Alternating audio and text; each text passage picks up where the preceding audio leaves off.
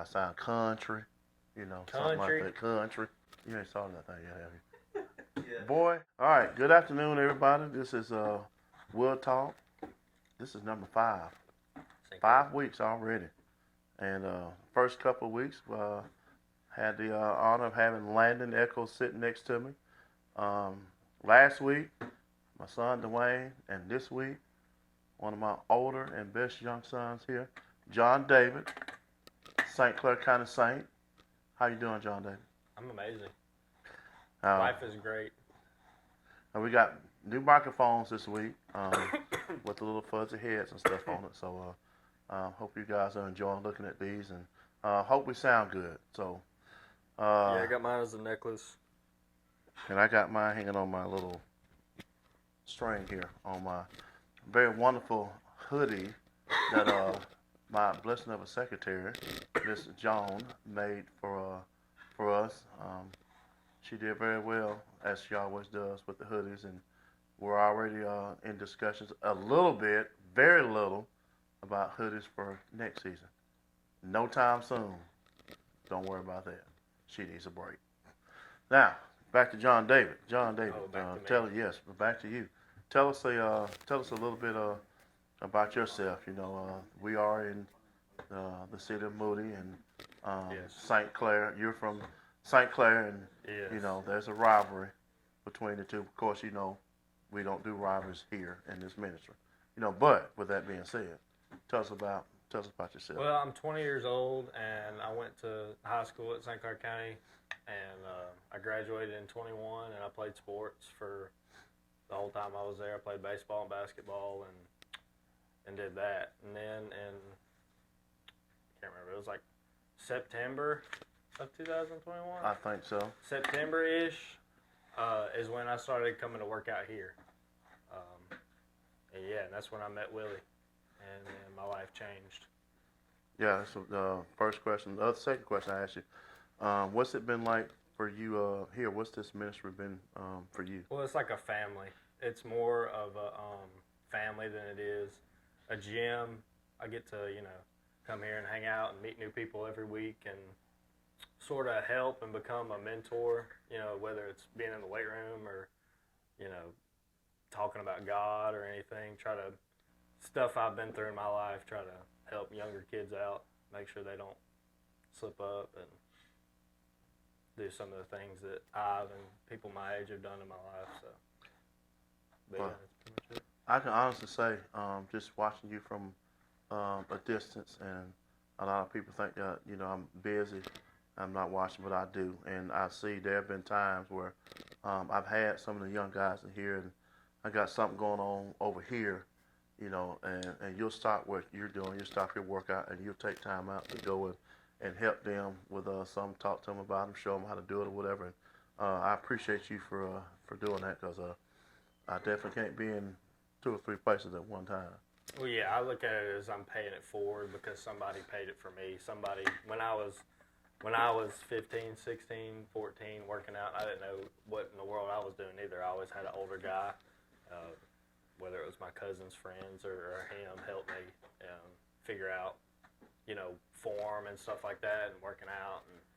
And I feel, I don't want somebody to hurt themselves because I know I've messed myself up on a couple times, whether it's like squat or like deadlift or anything. And, I just like helping kids, I guess. Yeah, speaking of deadlifts now, it's been a while Yeah, since we deadlifted together, but you're right. We had a few deadlifting battles there last summer when it was about 98 degrees in here, and we probably thought we were going to die, but that's all a part of it.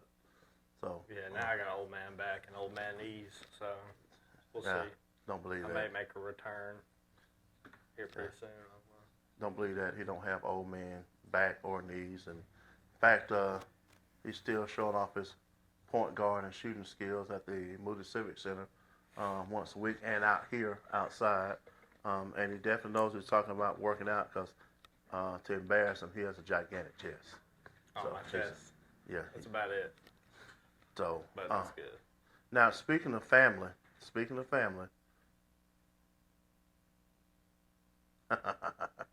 I just got a message, so that's why I paused like that. to let y'all know.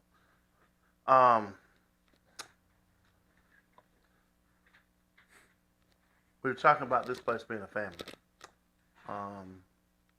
And Sunday, I've been asked to do the memorial service for Patrick Glass's dad. You know, and once again, I think I've talked about the last 3 weeks, so I'm going to take this opportunity to again, let's lift that family up in their prayers as they get ready to remember a husband and a father with Mr. Glassy. And that'll be Sunday at 2:30 at here in Moody at Grace Valley Bible Church. That's one of the things that's going on. And the other thing, John David, you know about this, the big cleanup day this weekend. Be the first one that we had, but it's needed. Having a big cleanup day here on Saturday. This office needs to be cleaned, and the hangout room in there and the equipment and stuff. It's got this open door gym, so lots of dust comes in, especially from the trees, the pollen and stuff like that. So we just want to give this place a good cleaning this weekend. Yeah, I've already had to take 2 Allegra today. Yeah, I had my sinus issues. Rough. Yeah, I had my sinus issues last week, so I'm doing much better this week. It's still drainage, but it's nowhere near as bad as it was. So that's 2 main things right there. Now, something me and John David was talking about before we came on air. There's a little tournament going on in college basketball, and some of the games are over in Birmingham, and we were talking about our brackets, and I have mine right here. I'm old school. I still actually fill out a bracket, by hand, and John David has his on his phone, and I've already 0-2 for today. Thanks to Furman. What did you have, Missouri? Did Missouri win? Yeah, Missouri won. Okay, so all right. So you're 1 for 2. I'm 1 for 2. Missouri did 2 win. for 3. Furman beat Virginia, which, whatever. But yeah, I had them going to the Sweet 16 and losing to the Crimson Tide, but yeah, but that's fine. 2, I'll take it. So let's talk about your bracket first. Who do you have in the Final Four? I made 2, but one was just like a generated one, to where like the number 1 seeds went out. But my Final Four, I got Bama playing Purdue, and then Iowa playing Gonzaga. Then I got Bama, Gonzaga, and then I don't know how your sheet of paper works, but on the app, you pick the score. Oh, really? Yeah, so I got Bama beating Gonzaga 89-82. That would be a rematch. Mm-hmm. I, too, have a rematch in the national championship game, but it's not Gonzaga. So my Final Four is Alabama and Purdue. So we got that one the same, and I got Alabama beating Purdue. And then on the other side, I probably have 2 teams that nobody else has. I have Miami and UConn, with UConn beating Miami, and that's the rematch that I have in the national championship game, Alabama against UConn, and I did not pick a score because I wrote on paper. But I do have Alabama winning. I've got Miami getting put out in the first round by Drake on this one. And oh, really? UConn. Where's UConn? Who does UConn play first round? UConn plays Iona. Oh, yeah, I got Rick Pitino's team. I've gotten UConn losing to Kansas in the Sweet 16, I think. Yeah. Normally, that's what I would pick. Kansas. But Kansas is so unpredictable That is true. this year, so I just wasn't sure about that. But knowing Kansas, the year that I don't pick them to go to the Final Four, They're going to win. they'll go to the Final Four. So, yeah. The real question is, where do you have Auburn losing? Well, let's see. Now, Auburn fans, I'm gonna tell you, I struggled, with Iowa and you guys. It's just a tough matchup for me. But just to let you know, I did pick Auburn to defeat Iowa and then turn around and lose to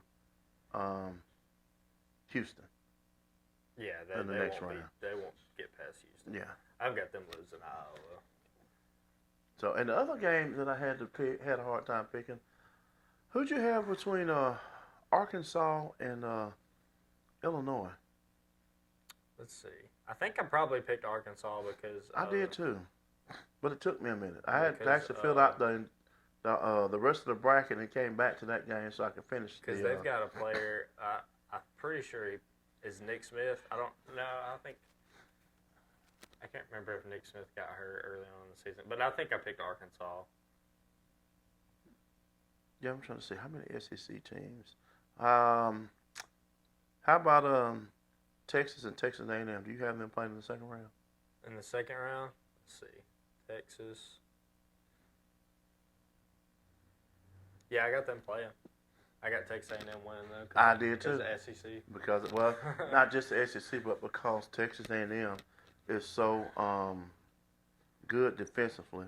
That's one of the credits I have for Buzz Williams. You know, his teams play good, hard-nosed, intense defense. You know, but that's the thing Alabama has this year that they didn't have last year, which frustrated me, is they are much better defensively. Talking about Alabama? Yes. Well, we've got the best player in college basketball. Is what we've got. We've Yes. got Brandon Miller, which is him. Yes. Himmy Fallon. I'm still getting used to that phrase. He is him. He's him. But there's 2 minutes left in the first half, and we're up 21. The tide is rolling right now. Hopefully they're up 48-27. Kansas is winning. Well, Kansas won. It just ended. They beat Howard 96-68. Okay, well, now see, I told you, you watch Kansas. They'll go to the Final Four just because I didn't pick them. So that would make me 3 for 4 if Alabama wins 5. No. 4 for 5 if Alabama wins, yeah. Well, I'm off to a slow start, but it's not always about the start. It's how you finish. Fine. I read after the first game, after the Maryland game, it was like 46 or 48% of brackets were still perfect after the first game. I'm not one of them. Yeah, me neither. I'm not one of them. Now, speaking of slow start, or however you want to say it, you know, we're coming down to the finish of one of my favorite weeks of working out. It's always a tough week, and John David, you have returned to it this week. It is my annual 1,000 rep week. Once a quarter. Once a quarter. There's 4 quarters in the year, so somewhere between after this week, somewhere between April and the end of June, we'll have another 1,000 rep week. And how that started is Kobe Seymour, who played all kind of positions for Moody High School in football, basketball, and now he's in baseball. And man, what a great athlete Kobe is. But his dad, I got this from him over at the old gym we were at Club Fitness. He was doing a 1,000 rep week, and he just kind of sort of, said it's something that I might want to try out. So I took him up on it, and I loved it. And so after 4 years, I'm still doing it, but just not as often. We do it 4 times a year. So, John David, tell us how you feeling about this 1,000 rep week. Well, I got back today, so not feeling too good, but we're gonna get through it. Got this little energy drink that's gonna fuel me, put me on cloud 9. So we'll see. I'm not doing reverse sit-ups though. I'm sorry, I'm not doing those. Well, we didn't get to do reverse sit-ups this morning anyway because the reverse sit-up thing we use is still wet from all the rain. So, and if y'all don't know, not only do we have equipment inside the gym, but we also have equipment outside the gym. And one of these days, the Lord is going to bless us with a covering so we can cover that equipment up and be able to use it outside whenever. So, but yes, the 1,000 rep week has been it's been something. The leg workout on Monday was I haven't had my legs almost go out on me after a workout in a long time, but Monday was that day, and the back workout. Back's one of my favorite days, but it was just to let you know, it's gonna burn. It's gonna burn a lot. Yeah, I looked at it. I glanced over it a little bit. And we get arms tomorrow to close out, and then Saturday will be more like a full body, but that's either before or after we have our cleanup day. So now, last night, our Bible study. When I say that we were thoroughly blessed, we had Dwayne on last week, and he kind of gave a preview of what was ahead, with his testimony as we continue in Testimonial March. And I got to say, the young man blew us all away. His life was, as he pretty much said, it wasn't pleasant. When you have not one but two parents that, as he described last night, that decided that drugs were more important than their child was. It did make him feel some kind of way, as it says. He felt that it was his fault. And then, of course, any child's going to think that, they're not loved. But his aunt, who he calls his mom, Donna, stepped up to the plate, and she's raised him, since he was little. And, of course, Joan here has been a part of his life, too, in his move to Moody to play football. And the cool thing about that is not only did he play, but he became a leader on that team, and he's becoming a leader in the community, and he's a leader on that team to the point to where they voted him defensive MVP for their team this year. So that's a huge honor. But John David, you had the opportunity to see firsthand some of the things that Dwayne went through and how he acted, So I guess you can kind of tell us a little bit of that side. Yeah, Dwayne in his testimony last night said that he was told early age that he was never going to be coachable, and up until he left St. Clair and found Christ, he wasn't coachable. Right. He was. We didn't like him. Like, speaking for my grade, he come off as arrogant and mouthy and always complained and never did. When I grew up, we were told to just listen to the coach, and if we make a bad play, don't let our emotions get to us. He was very emotional. Not knowing what he'd been through, it was easy for me and my friends to be like, yo, this kid, the gall, like the audacity, like so easy just to tell somebody to get over something or do something, not walking a mile in their shoes. And he became, I remember, I said it was like September-ish when I started working out here. And October is when Dwayne started coming here, I think. And I remember talking to Willie about how this kid used to be, and seeing his transformation is unbelievable. He used to, I like to think that I'm very mature for my age, but this kid's 2-3 years younger than me, and he's, if not more mature than I am. He's figured it out at a very early age, and I just hope that he continues to bless people and continues to be a leader and become his own. He's his own person at, what is he, 17, 18 years old? He's a Valentine's Day baby. Turned 18. He's lived 15 different lives, and he's found one that works. Well, as someone who was right along with you, because we both watched him go through that transformation together. He got saved in December of 2021. And, even before he got saved, you can kind of sort of see a young man that was hungry to get better. And I remember telling him, in November that, I can tell you want to get better, you want to play. football and stuff like that. Well, if you give me 110% effort in here, then I'll give you 110% effort, and I'll do everything I can to help you. I mean, and we've worked out together. We ran sprints and all that stuff together, and that's when I figured out that he is one great athlete. But to have the opportunity to sit and watch how this young man was a leader in the wrong way at one point in time, to see him become a leader in the right way. So not only did Dwayne make a transformation, he made one as a leader. All the friends that he hung around with that he at one time admitted last night led in the wrong direction, he led them in the right direction, and he led them here, and now they're all saved.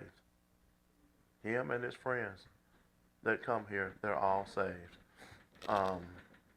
So I'm proud, very proud to call that young man my son. He means the world to me, and I can't wait to see what God's going to do with him. I mean, he's a completely different person. Like if I was to take some of my friends and bring them here and see him, it'd be like I don't even know. That'd be in shock. It'd be like whenever Paul was on the road to Damascus. He saw the light, and he was just like, I believe that this is true. Whatever you're telling me is true. But no, I've never been more proud of any kid that I've grown up with in my entire life. Like, yeah, I'm very proud of that young man because he's figured it out, and he's on the right track. Yes, he is. Yes, he is. And to finish up on that, you got to give yourself and the guys, in that group, you and Jonathan Finch, Dalton Birchfield, you guys are here, at one point in time all the time. Obviously life takes y'all in different directions and stuff like that, and y'all are kind of in different directions right now, but you guys were also a part of that growth process because y'all kind of sort of surrounded him as well as the rest of us and help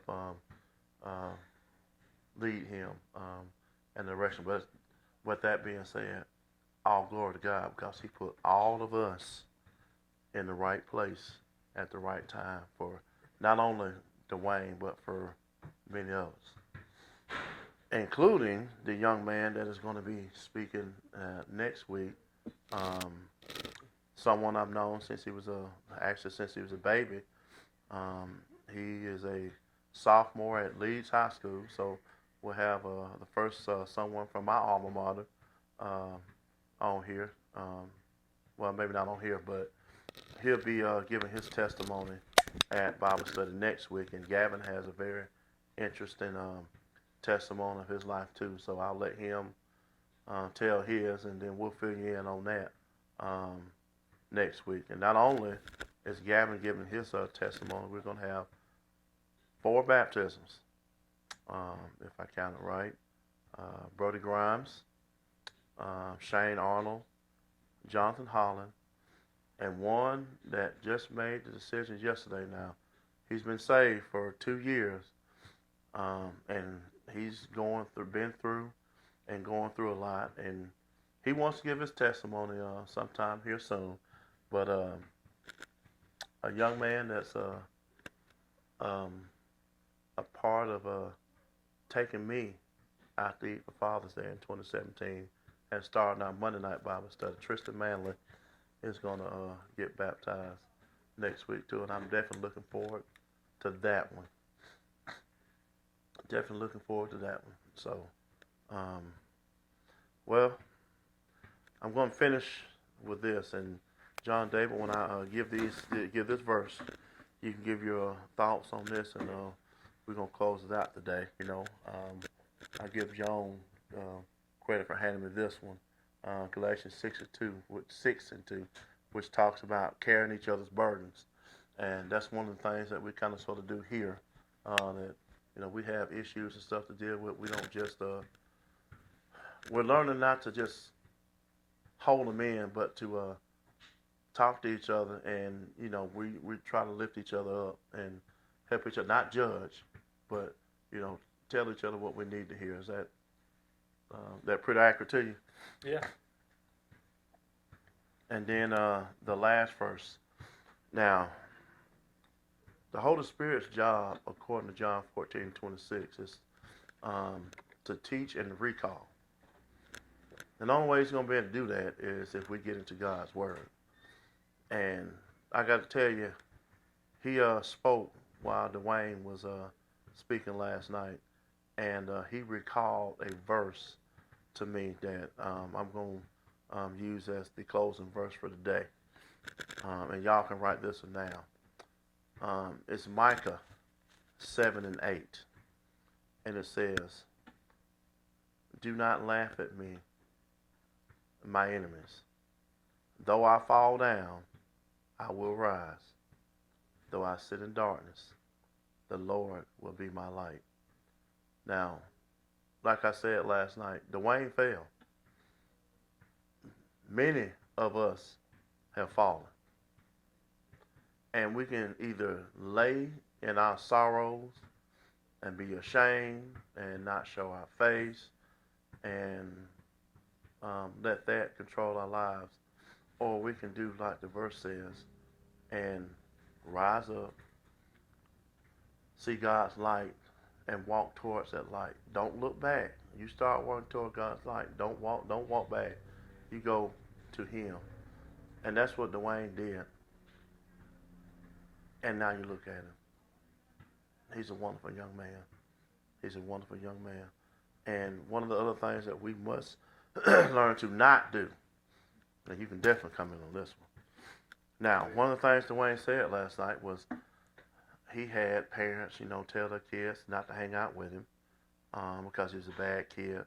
And even to this day, him and Kate Jordan both said that they're still being judged for their past. Thank God that mankind does not have the authority to pass judgment, because if we did, half of the world would already be in hell. Just because we are. But as Christians, it ain't our job to judge. That's between them and God. Our job is to show the light of Christ and help them. So to those that know Dwayne from the past, I don't know that Dwayne, but I can tell you what he is, and all these young men and women that come to this ministry, including this awesome young man right here. They're saved. They're full of the Holy Spirit. They are a child of God. They are royalty. And most importantly, they're going to heaven. So I ask you the question, are you? John David?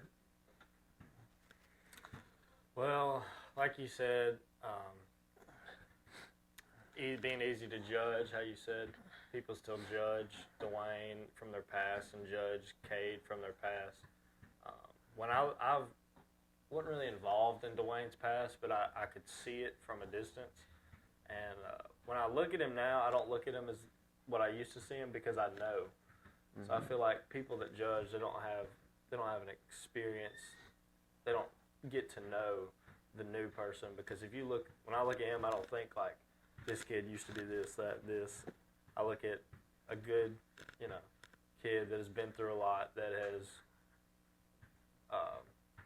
figured it out and gotten it right. Because we only get one chance at life, and he's figured out how to get it right. Yeah. So I'm always happy for people that figure that out. Well, Dwayne, we're proud of you, boy. And from the bottom of my heart, I love you, son. And to all of you, my young sons and daughters, I love you. John David, I thank God for you, and thank you for being a part of this. And before I close it out, Landon, glad you're doing much better, big man, and looking forward to seeing and having you back in here with us soon. So that is the end of this week's podcast. We'll talk. We look forward to seeing you guys next week, and we'll let you know how the cleanup day went, and we'll also let you know how our brackets look, good or bad. Thank you, and God bless you.